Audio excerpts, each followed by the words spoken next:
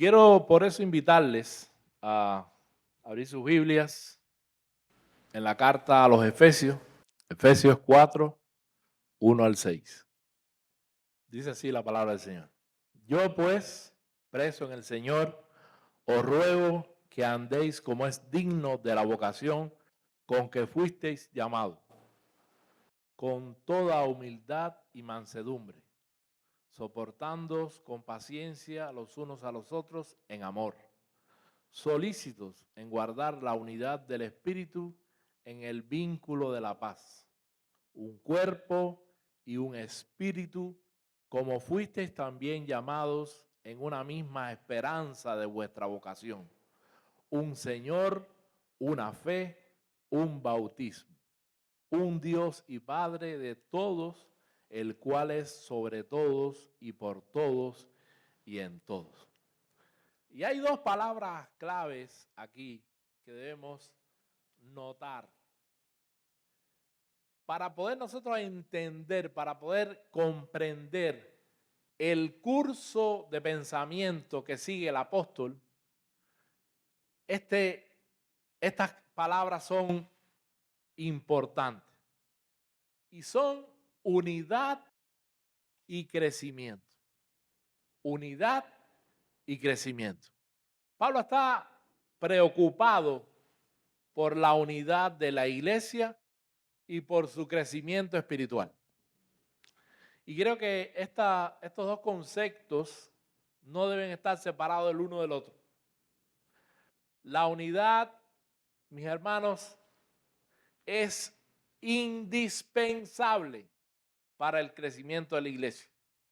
Y a su vez, ese crecimiento fortalece la unidad. Dijimos hace unos domingos, cuando estábamos estudiando el capítulo 2 de esta misma carta, que vivimos en un mundo que está profundamente dividido. Y esa división cada vez se acrecienta más. Los hombres se han encargado de levantar grandes barreras que nos separan unos de otros. Barreras sociales, económicas, raciales, etc. Y el panorama se vuelve cada vez más sombrío cuando observamos el terrible deterioro que se ha producido desde hace unas cuantas décadas atrás en las relaciones humanas. Y eso es lo que estamos viviendo nosotros hoy. La sociedad está cada vez más dividida, porque así también están las familias que la componen. Divorcios, enemistades, problemas, y eso es precisamente lo que hace de la unidad de los creyentes un argumento poderoso, un argumento impactante en favor del Evangelio. En medio de todas estas luchas, en medio de todos estos conflictos, la unidad de la iglesia no puede pasar desapercibida. Y Satanás sabe esto.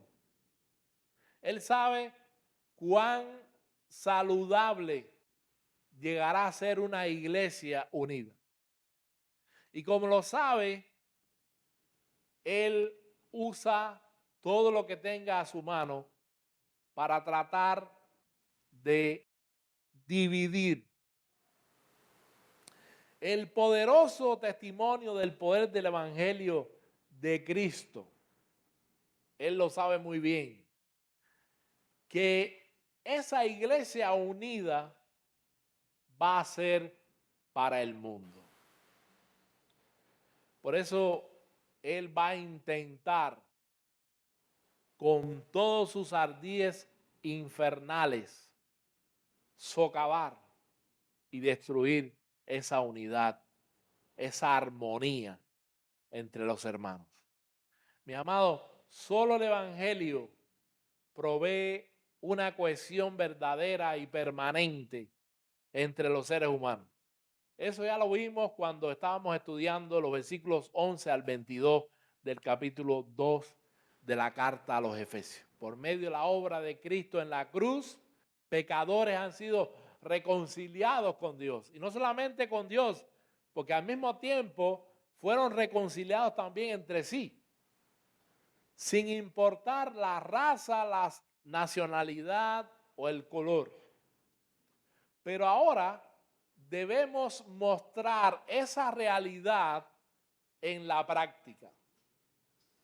Y es de eso precisamente que trata este pasaje que vamos a comenzar a estudiar en la mañana de hoy.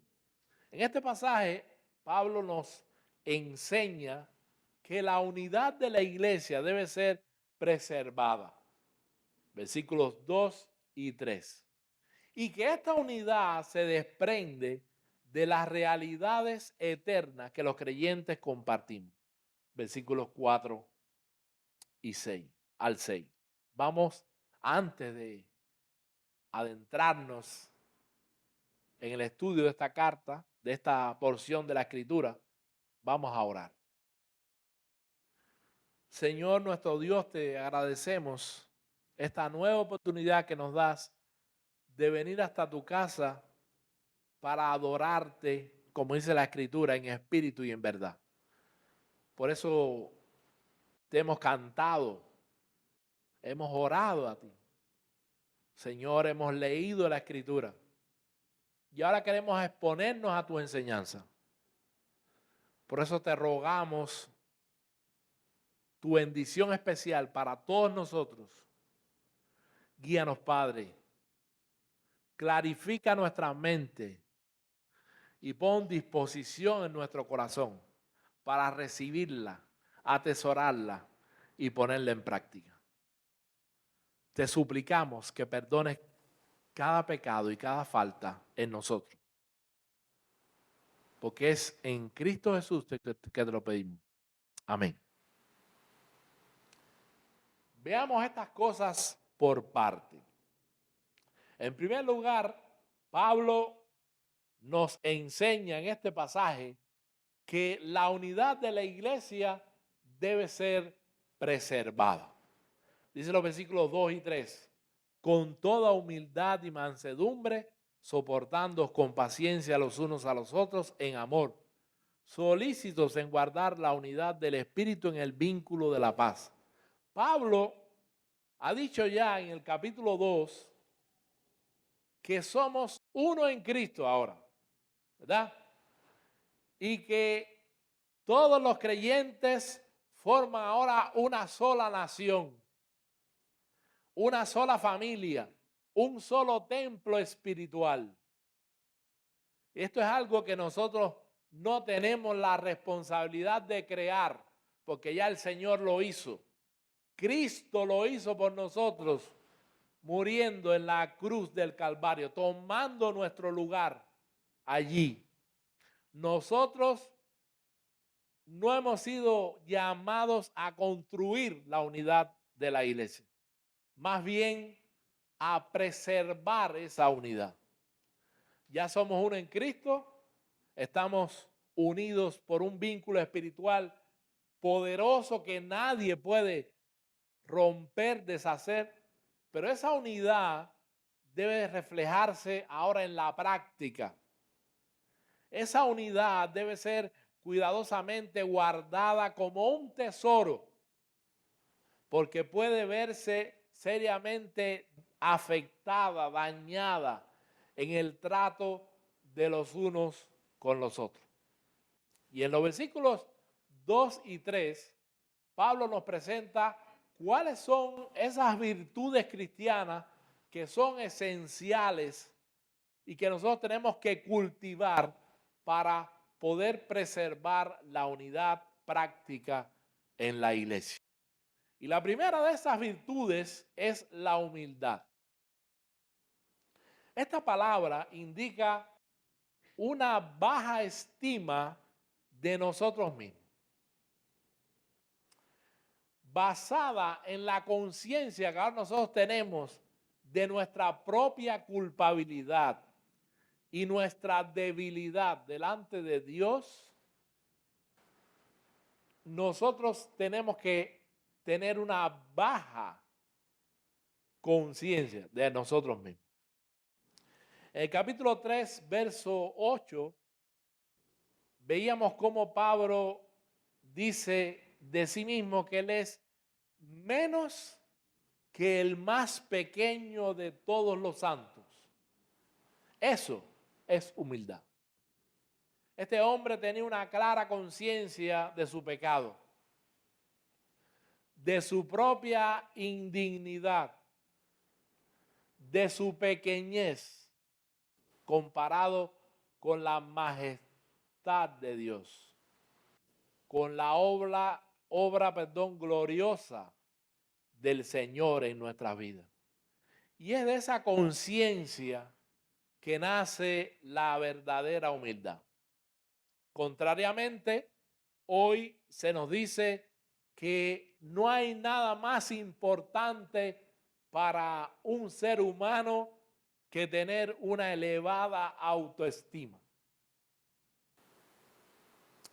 Que no hay nada más crucial para la salud emocional y psicológica que pensar en nosotros mismos como personas maravillosas. Pero hay un problema aquí. Eso es exactamente lo opuesto a lo que enseña la Escritura.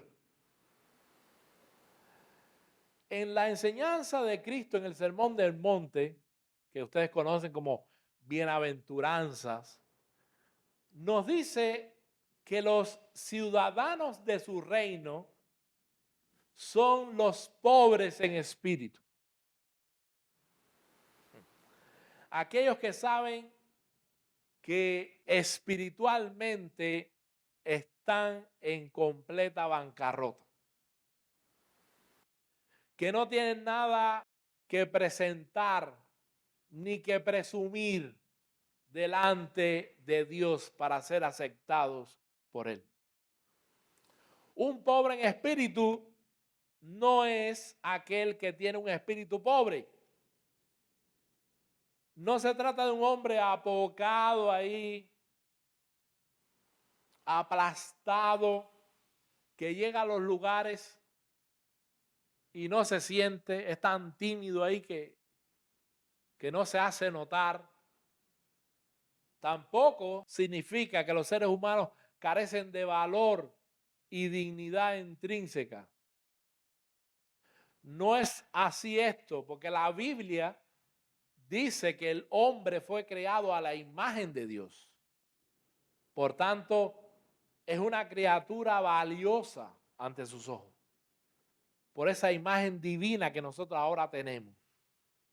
Pero la Biblia también enseña que somos pecadores y rebeldes y que como tales merecemos la justa ira de Dios. Hemos transgredido su ley y no una vez, sino muchas veces. Y por lo tanto no merecemos ninguna de sus bondades, ninguno de sus favores. Más aún, la Biblia enseña que por nosotros mismos no podemos de ninguna manera salir de semejante condición. De esa condición espiritual en que nos encontramos, pues nosotros no podemos salir. Que no podemos tener en nosotros la más mínima capacidad de resolver ese problema en nuestras propias fuerzas.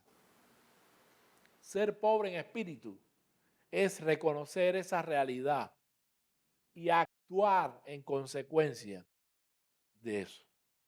Estamos urgentemente necesitados de la misericordia de Dios.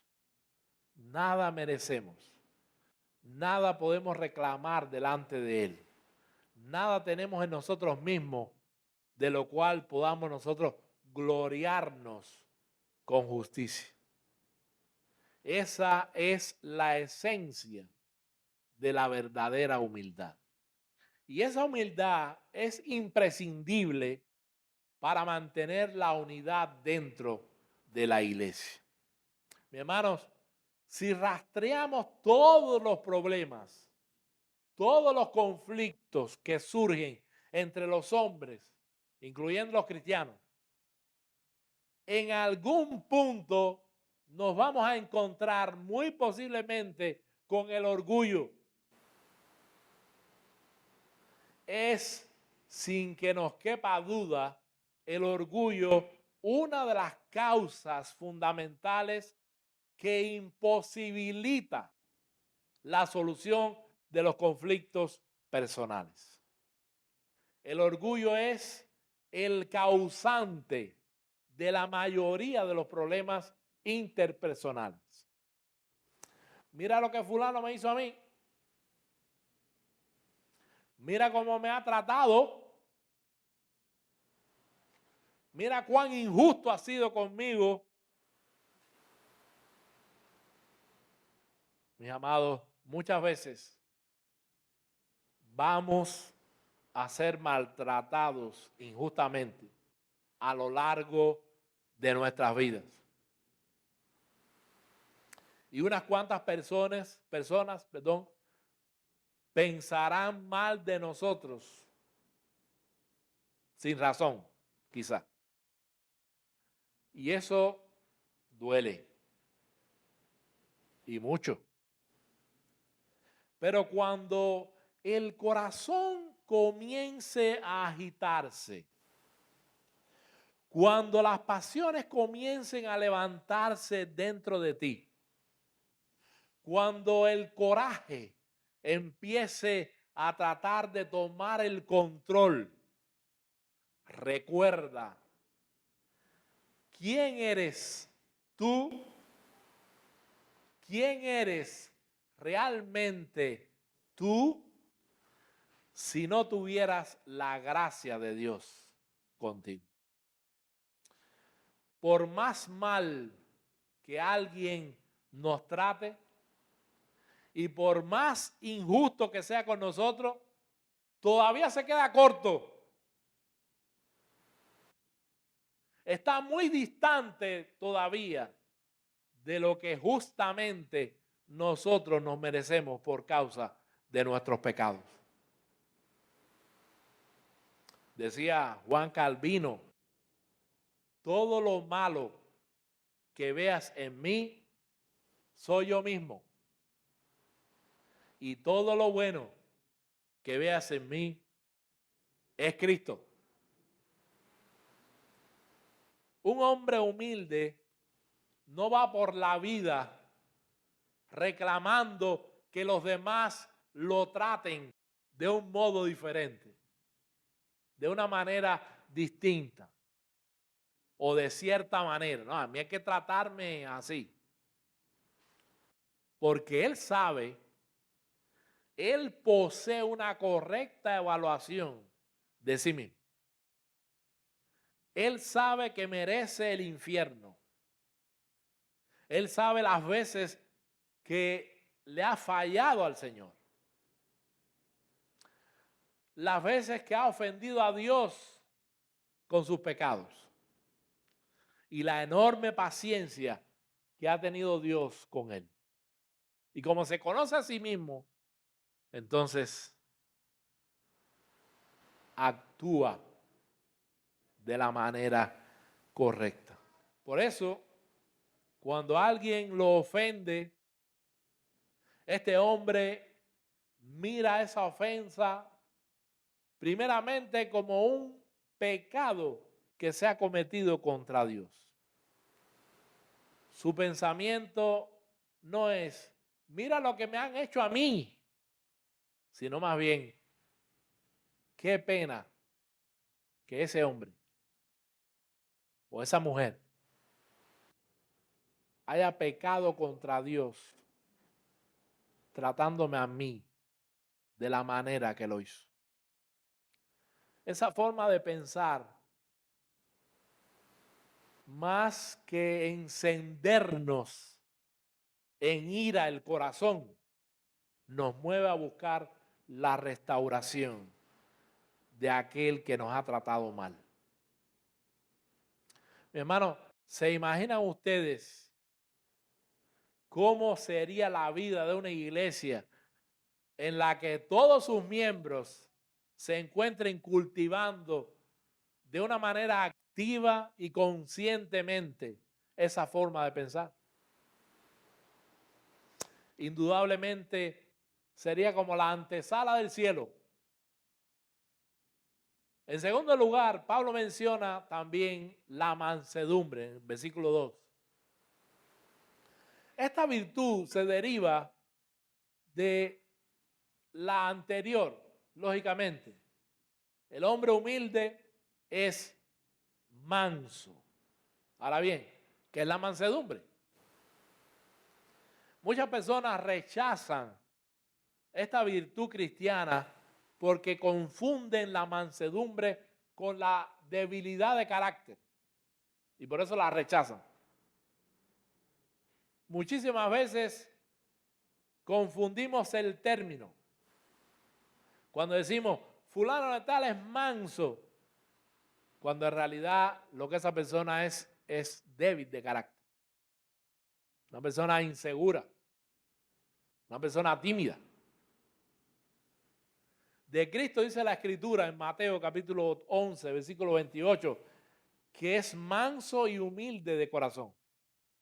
Y si hay algo completamente ajeno a la personalidad de nuestro Señor Jesucristo, es la debilidad de carácter. Por tanto, ese concepto debe ser rechazado de plano. ¿Qué es entonces mansedumbre? Bueno, alguien lo ha definido como poder bajo control. El hombre manso es aquel que mantiene controlado su temperamento y que antepone los intereses de los demás por encima de sus propios intereses. La mansedumbre, dice Donald Cancel, es el hecho controlado de hacer que los intereses de los demás pasen por delante de los de nosotros. Noten que la idea del control es fundamental en el concepto bíblico de mansedumbre. A menudo se dice que una persona que arde en ira con facilidad, que no se le puede decir nada porque enseguida la ira se apodera de él, que es una persona fuerte de carácter. Oh, esa persona es fuerte. Cuando en realidad es todo lo contrario. Una persona así es débil de carácter. Las circunstancias lo dominan. Y por eso explota ante la menor provocación. Hermano, eso no es fortaleza de carácter, eso es debilidad. El hombre manso, por el contrario, posee la capacidad de razonar bíblicamente en medio de las dificultades. Y su razonamiento lo lleva a actuar, entonces, de una manera correcta. En medio de este conflicto, lo importante no es que defienda mis derechos. Porque después de todo, ¿quién soy yo? Sino que el reino de Dios sea expandido y su gloria sea manifestada. Y no estoy diciendo que esto es fácil. No estoy diciendo que sea una cosa que nosotros hagamos así como naturalmente. No es algo sencillo de cumplir. Tenemos que pedirle mucho a Dios que nos ayude a poder actuar así siempre. El hombre manso, amparado en la gracia y el poder de Dios, antepone los intereses de Cristo y de su reino ante los suyos propios. Y no creo que sea necesario detenerme a probar que esta virtud es necesaria para preservar la unidad dentro de la iglesia. Ciertamente hay cosas en las que debemos ser intransigentes, porque son vitales y trascendentales, pero aún cuando tenemos que defender con firmeza esas verdades, verdades fundamentales que están en las Escrituras o algunos de sus principios, debemos hacerlo con mansedumbre, mostrando en todo el carácter de nuestro Señor Jesucristo. En tercer lugar, Pablo menciona la longanimidad o paciencia, como la Reina Valera lo traduce. En la traducción que hace un comentarista, William Hendrickson, se mantiene el mismo orden que aparece en el idioma original, con toda humildad y mansedumbre, con paciencia, soportando los unos a los otros en amor. Y la palabra longanimidad señala la capacidad de ser herido una y otra vez, sin quejarse. Da la idea de permanecer bajo una fuerte presión, sin quebrarse, sin romperse. Y Pablo une esta idea en el texto con la de tolerar el mal sin querer vengarnos. Noten la cuarta característica, soportando los unos a los otros en amor. La longanimidad nos permite a nosotros sufrir el agravio sin andar como un cascarrabias por la vida, resabiando, quejándonos por todo. Mira lo que me han hecho a mí. Mientras que la frase soportando los unos a los otros nos habla de restringir el deseo de devolver golpe por golpe. Debemos recibir el agravio con longanimidad. Debemos soportar las ofensas sin querer retribuir al que nos ha agraviado. Y todo eso porque somos gobernados por el principio del amor. Y esa es la quinta virtud que Pablo menciona en nuestro texto. Soportando los unos a los otros en amor. La Biblia dice que el amor cubrirá multitud de faltas. En primera de Pedro, capítulo 4. Y también el libro de los Proverbios, capítulo 10, verso 12, nos dice, el odio despierta rencilla, pero el amor cubrirá todas las faltas. Ese amor del que Pablo habla aquí es la actitud de buscar el bien del objeto amado, aún al precio del sacrificio personal. Es un amor que está dispuesto a dar, sea que reciba o no retribución. No está esperando ningún beneficio a cambio.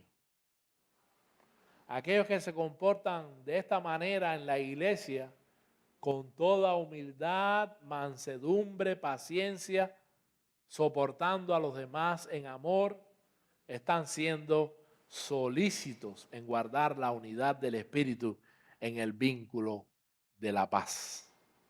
Y esta palabra que Reina Valera traduce como solícito, en el verso 3, significa literalmente siendo diligente.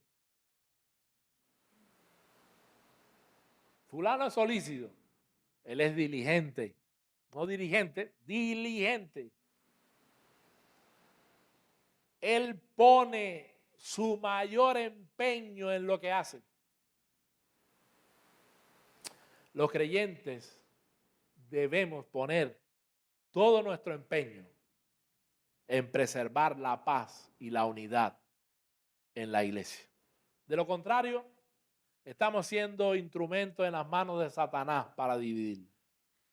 Ahora bien, no creo y pienso que nadie aquí cree o piense que ningún cristiano haga esto deliberadamente. Es imposible que un verdadero hijo de Dios piense dentro de sí, voy a ser un instrumento en las manos de Satanás para dividir la iglesia. No creo que nadie piense así. Pero independientemente de la conciencia que tengas o no de ello, en ese momento, cuando un miembro de la iglesia no está cultivando activamente las virtudes que Pablo menciona aquí,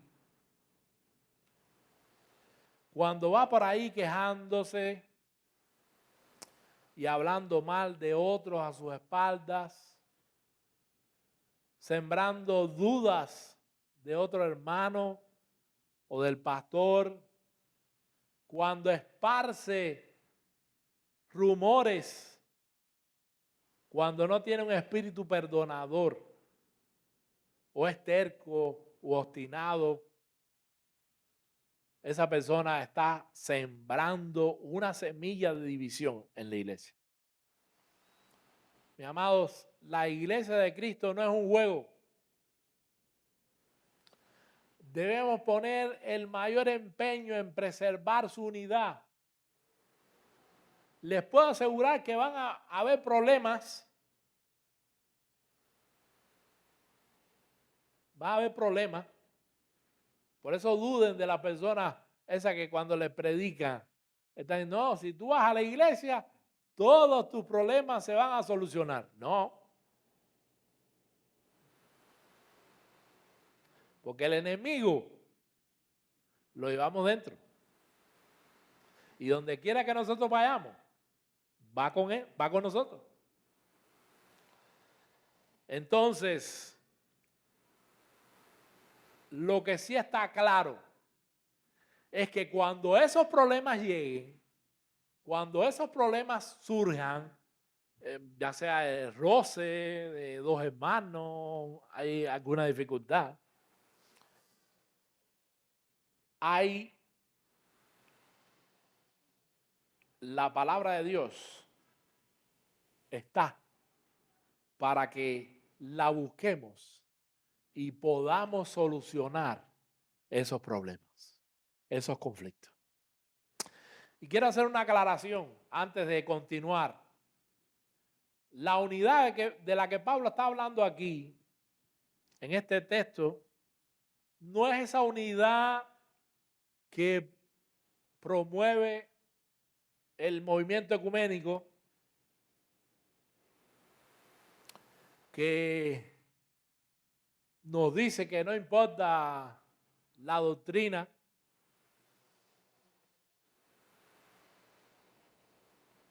que lo importante es el amor. No importa lo que tú creas, lo importante es que tú seas sincero. No, Pablo está hablando aquí de la unidad que debe existir entre verdaderos creyentes. Por eso le llaman el texto la unidad del Espíritu. La unidad creada y producida por el Espíritu. No encontramos en la Biblia ninguna exhortación a que nos unamos con aquellos que niegan o tuercen las doctrinas esenciales de la Escritura. Debemos tratar a todos con gentileza.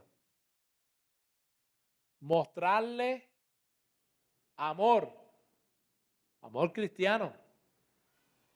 Pero dejar el error y la herejía, sin corrección, sin reprensión, y hacer creer a un inconverso que es cristiano, simplemente porque pertenece a, no sé, a tal religión, es una crueldad tremenda.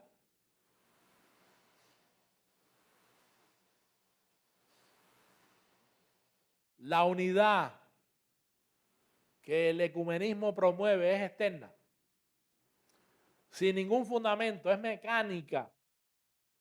La unidad de la que habla la Escritura es interna y es orgánica, como Pablo nos muestra en los versículos 4 al 6 que vamos a ver ahora más brevemente. Así que Pablo nos enseña en este pasaje que la unidad de la iglesia debe ser preservada, pero nos muestra también en segundo lugar que la unidad de la iglesia se desprende de aquellas realidades eternas que los creyentes compartimos. Pensemos por un momento en la inmensa variedad de personas de las iglesias que componen las iglesias locales.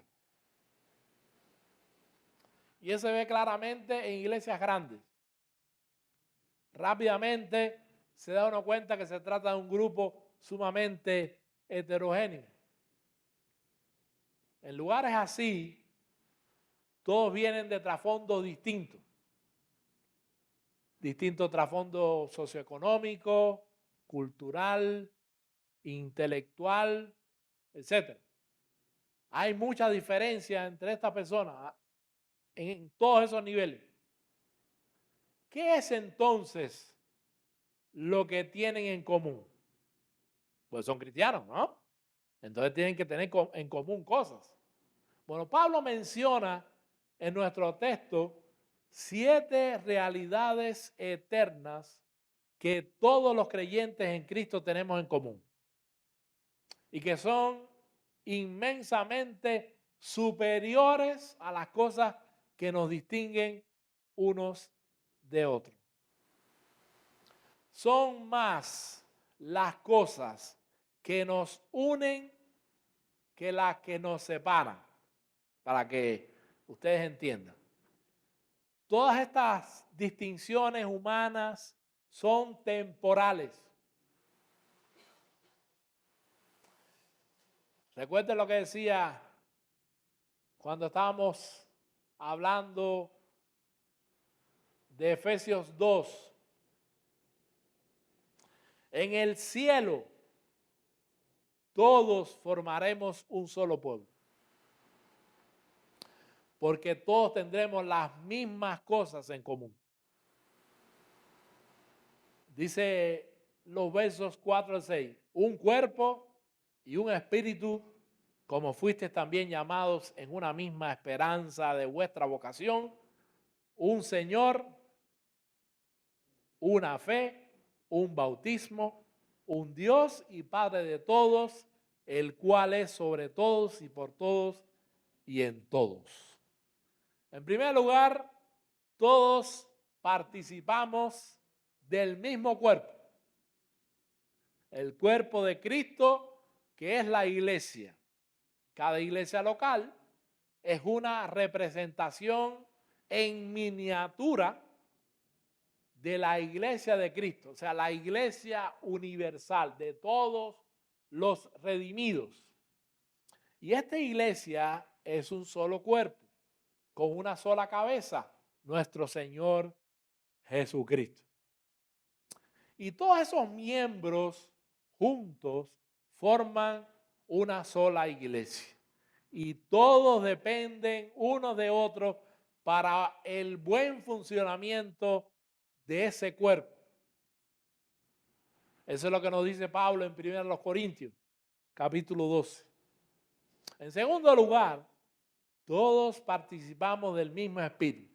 Si tú eres un verdadero hijo de Dios, si tú eres un cristiano genuino, es porque el Espíritu ha quitado esa venda. El Espíritu Santo abrió tu entendimiento para que puedas comprender y abrazar todo el Evangelio. En tercer lugar, todos participamos del mismo llamamiento, versículo 4. El mismo Dios nos llamó a participar de los mismos privilegios y del mismo destino. Mi hermano, mi hermana, mira bien a los creyentes que están al lado tuyo, porque con ellos vivirás la eternidad. Esta es una realidad que debe influir en nuestra comunión con los santos aquí y ahora. En cuarto lugar, todos nos encontramos bajo la autoridad del mismo Señor. Versículo 5. Todos fuimos escogidos en Él, redimidos en Él, y todos ahora le seguimos a Él. Su señorío y su autoridad nos gobierna a todos por igual. ¿Cómo es posible entonces que decidamos andar por caminos distintos? No cabe eso. En sexto lugar, todos compartimos también el mismo bautismo. Ese mismo versículo 5. Así como hay un solo Señor que debe ser obedecido y adorado, y una sola experiencia de fe que trae a las personas a una unión salvadora con Él, así también hay una sola ceremonia externa por medio de la cual los creyentes confiesan públicamente su fe, que han pasado de muerte a vida, que ahora son discípulos del Señor y de esa manera son incorporados a la comunidad de los redimidos, que es la iglesia.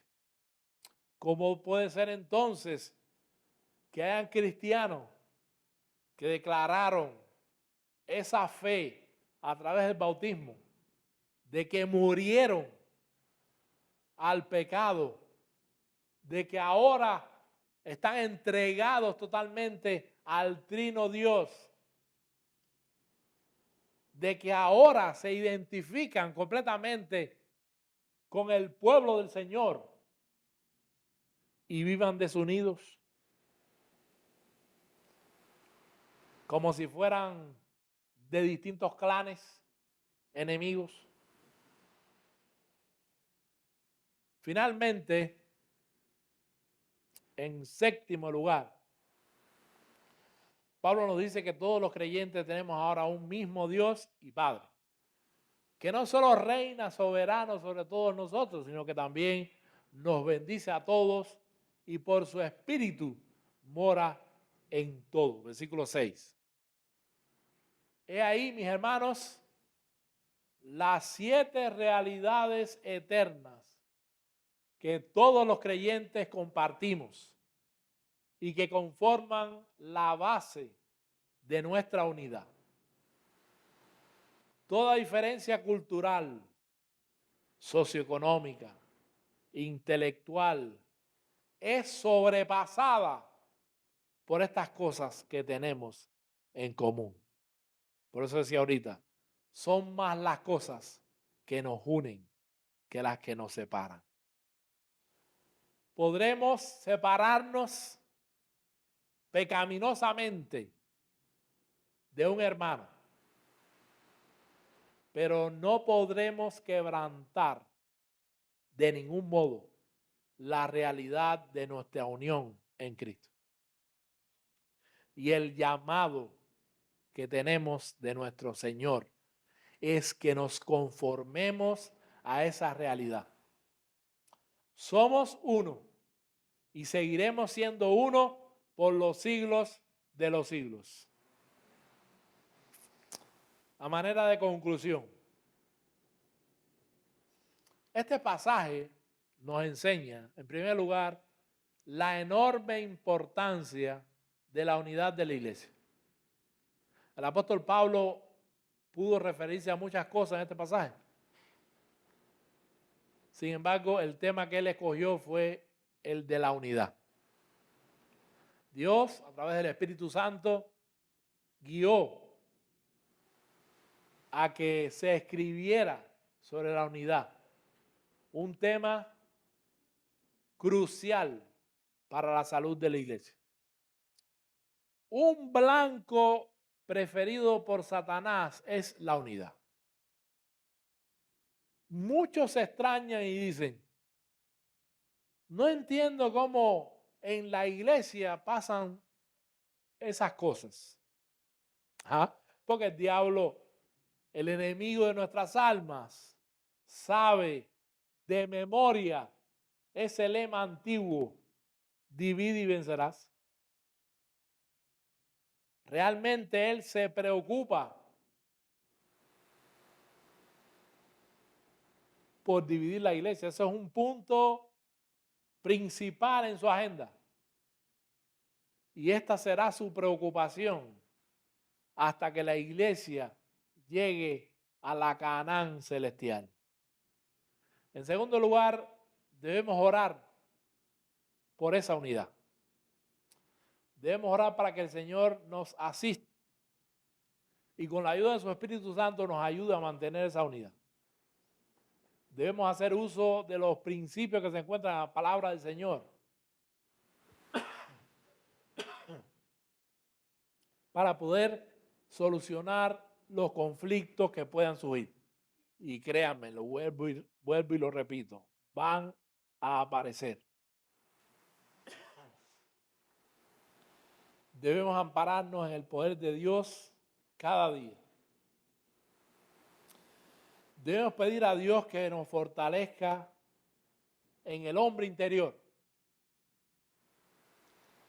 para que en medio de las provocaciones, en medio de las aflicciones, en medio de los desastres, en medio de los conflictos, en medio de los malos entendidos, en medio de los chismes, yo pueda reaccionar como reacciona un cristiano.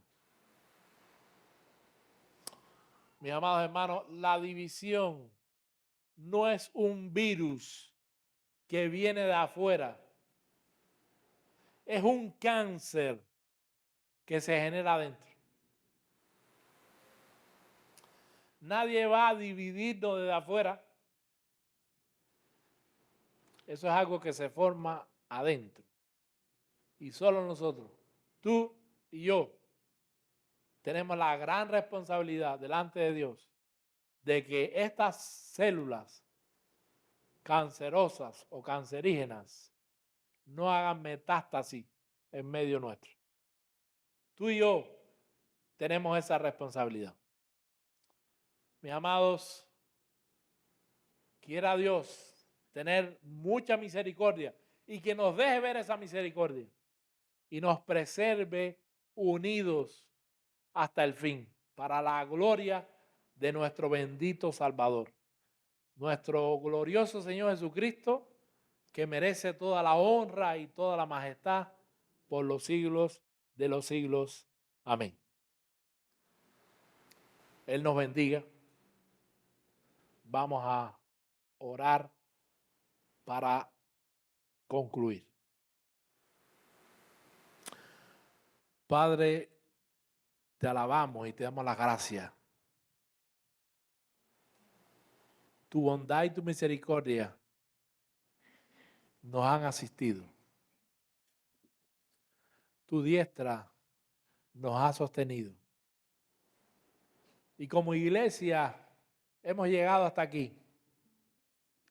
Tú has sido nuestra piedra de ayuda. Por eso nosotros podemos decir, Ebenezer, queremos, Señor, que siga siendo así. Que tú nos des las fuerzas para seguir resistiendo los ataques de Satanás. Que nunca le demos ocasión al diablo. Que no encuentre la más mínima posibilidad de anidar en medio nuestro. que todos podamos poner en práctica estas virtudes que están reflejadas en tu palabra para poder preservar la unidad de nuestra iglesia. Señor, ayúdanos también en esta semana que podamos traer el sustento a nuestras casas. Padre, ahora despídenos con tu amor y con tu paz. En el bendito nombre de tu Hijo Jesús. Amén.